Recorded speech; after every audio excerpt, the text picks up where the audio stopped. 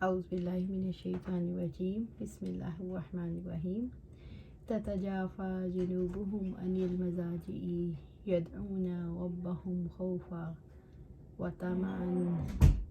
وطمعا ومما رزقناهم ينفقون۔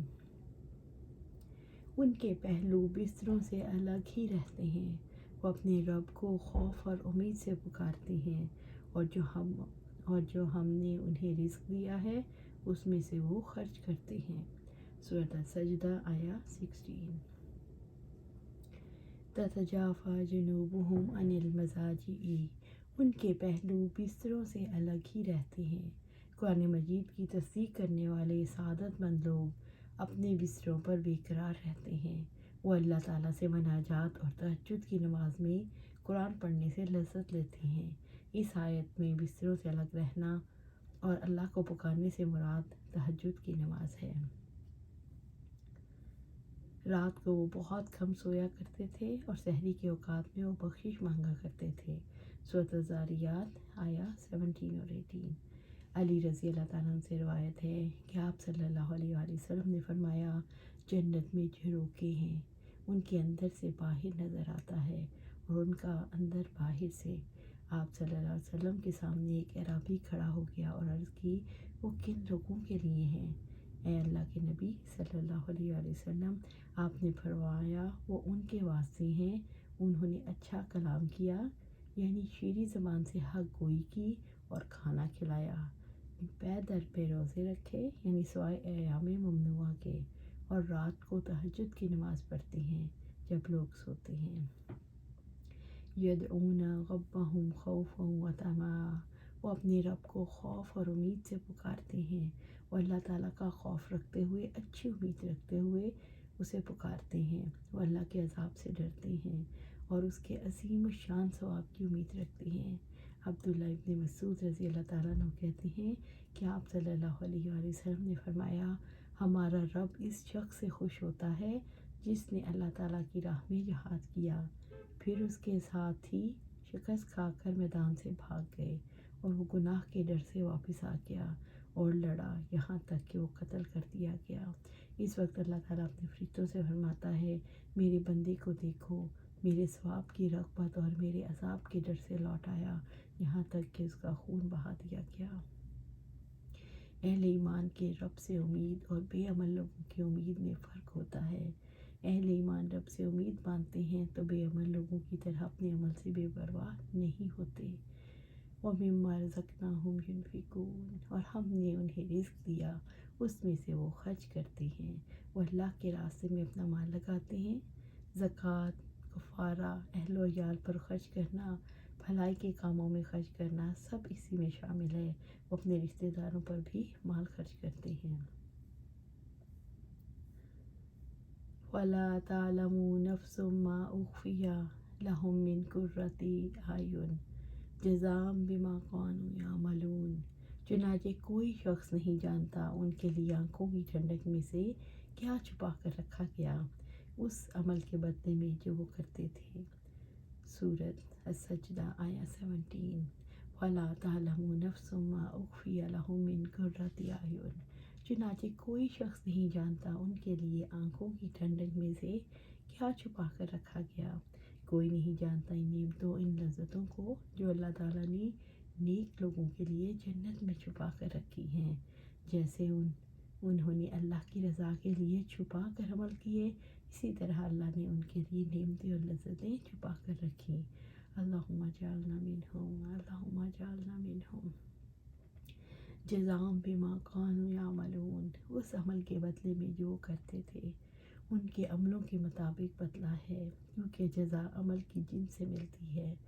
ابو ہریرہ رضی اللہ تعالیٰ عنہ بیان کرتے ہیں، آپ صلی اللہ علیہ وآلہ وسلم نے فرمایا، اللہ کا ارشاد ہے، میں نے اپنے نیک بندوں کے لیے وہ چیزیں تیار کر رکھی ہیں جنہیں نہ آنکھوں نے دیکھا، نہ کانوں نے سنا، اور نہ کسی انسان کے دل میں اس کا خیال گزرا۔ اگر جی چاہے تو آیت پڑھ لو، بس کوئی شخص نہیں جانتا ان کے لیے آنکھوں کی ٹھنڈک میں سے کیا چیزیں چھپا کر رکھی گئی ہیں۔ سبحان اللہ۔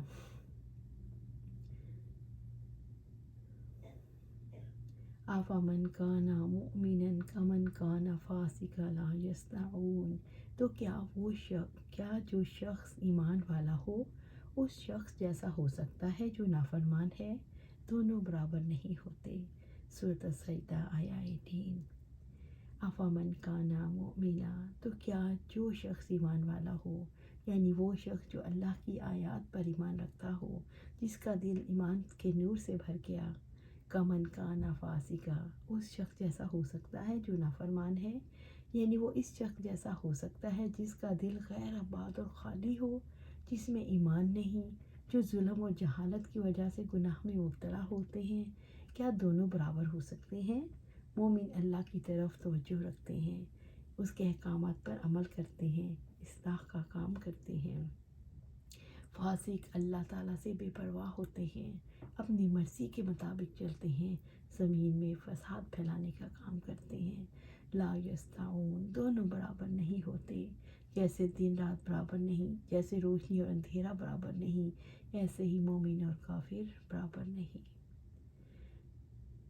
اما الذین آمنوا وعملوا الصالحات فلہم جنات المأوی نزل بما کانوا یعملون، رہے وہ لوگ جو ایمان لائے اور جنہوں نے نیکیاں کی تو ان کے لیے جنت کی قیام گاہیں ہیں، مہمان نوازی کے طور پر، اس بدلے میں وہ جو کام کرتے تھے۔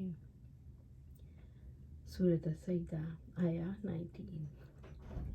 اما الذین آمنوا وعملوا الصالحات، رہے وہ لوگ جو ایمان لائے اور جنہوں نے نیکیاں کی، جن لوگوں نے اللہ کو اپنا رب اور محمد صلی اللہ علیہ وسلم کو اپنا نبی اور رسول مان لیا، جو اسلام کے مطابق فرائض اور نوافل ادا کرتے رہے، جو شرک اور حرام کاموں سے اجتناب کرتے رہے، فلہم جنات المأوی، تو ان کے لیے جنت کی قیام گاہیں ہیں، جنتوں میں ان کے عالی شان خوبصورت گھر ہوں گے، اپنے بادشاہ اپنے معبود کے قریب انہیں عالی شان مقام نصیب ہوگا۔ نزل بما کانوا یعملون، مہمان نوازی کے طور پر، اس بدلے میں جو وہ کام کرتے تھے۔ اللہ تعالیٰ کی طرف سے نیک اعمال پر مہمان نوازی ہے، یہ عالی شان اعزاز ان کے لیے ہے جو دنیا میں نیک اعمال کرتے، جیسے کہ فرمایا وَتِلْكَ الْجَنَّةُ الَّتِي أُورِثْتُمُوهَا بِمَا كُنْتُمْ تَعْمَلُونَ، اور یہ ہے جنت جس کے تم وارث بنائے گئے اس کی وجہ سے جو تم عمل کرتے تھے۔ سورۃ زخرف آیا 72۔ وَأَمَّا الَّذِينَ فَسَقُوا فَمَأْوَاهُمُ النَّارُ كُلَّمَا أَرَادُوا أَن يَخْرُجُوا مِنْهَا أُعِيدُوا فِيهَا وَقِيلَ لَهُمْ ذُوقُوا عَذَابَ النَّارِ الَّذِي كُنْتُمْ بِهِ تُكَذِّبُونَ، رہے وہ لوگ جنہوں نے نافرمانیاں کی، ان کا ٹھکانہ آگ ہے، جب کبھی وہ ارادہ کریں گے اس سے نکلیں تو اس میں لوٹا دیے جائیں گے، اور ان سے کہا جائے گا اب آگ کا عذاب چکھو جس سے تم جھٹلایا کرتے تھے۔ سورۃ السجدہ آیا 20۔ وَأَمَّا الَّذِينَ فَسَقُوا فَمَأْوَاهُمُ النَّارُ، رہے وہ لوگ جن لوگوں نے نافرمانیاں کی، ان کا ٹھکانہ آگ ہے، جو لوگ اللہ تعالیٰ کی اطاعت سے نکل گئے، جن لوگوں نے شرک کیا اور نافرمانی کے کام کیے، جن لوگوں نے کفر کیا اور برے کام کیے، ان کا ٹھکانہ جہنم ہے، جہاں ہر قسم کا عذاب ہوگا جو ان سے کبھی جدا نہ ہوگا۔ اللہم اجرنا من النار، اللہم اجرنا من النار۔ کلما ارادوا ان یخرجوا منها اعیدوا فیہا، جب کبھی وہ ارادہ کریں گے اس سے نکلیں تو اس میں لوٹا دیے جائیں گے، جب کبھی وہ جہنم سے نکلنے کا ارادہ کریں گے انہیں دوبارہ جہنم میں دھکیل دیا جائے گا۔ ابو بکر رضی اللہ تعالیٰ عنہ فرماتے ہیں وکیل لہم، اس سے پہلے ہم آیت پڑھ لیتے ہیں پھر ابو ہریرہ کی روایت سنتے ہیں۔ وَقِيلَ لَهُمْ ذُوقُوا عَذَابَ النَّارِ الَّذِي كُنْتُمْ بِهِ تُكَذِّبُونَ، اور ان سے کہا جائے گا اب آگ کا عذاب چکھو جسے تم جھٹلایا کرتے تھے۔ ان سے کہا جائے گا جس جہنم کے عذاب کا تمہیں یقین نہیں آتا تھا آج اس کا عذاب کا مزہ چکھو۔ ابو ہریرہ رضی اللہ تعالیٰ عنہ بیان کرتے ہیں کہ آپ صلی اللہ علیہ وآلہ وسلم نے فرمایا تمہاری یہ دنیا کی آگ جسے ابن آدم جلاتا ہے جہنم کی آگ کی گرمی کا 70واں حصہ ہے۔ صحابہ نے عرض کی واللہ یا رسول اللہ صلی اللہ علیہ وآلہ وسلم، انسانوں کو جلانے کے لیے تو یہی دنیا کی آگ کافی تھی۔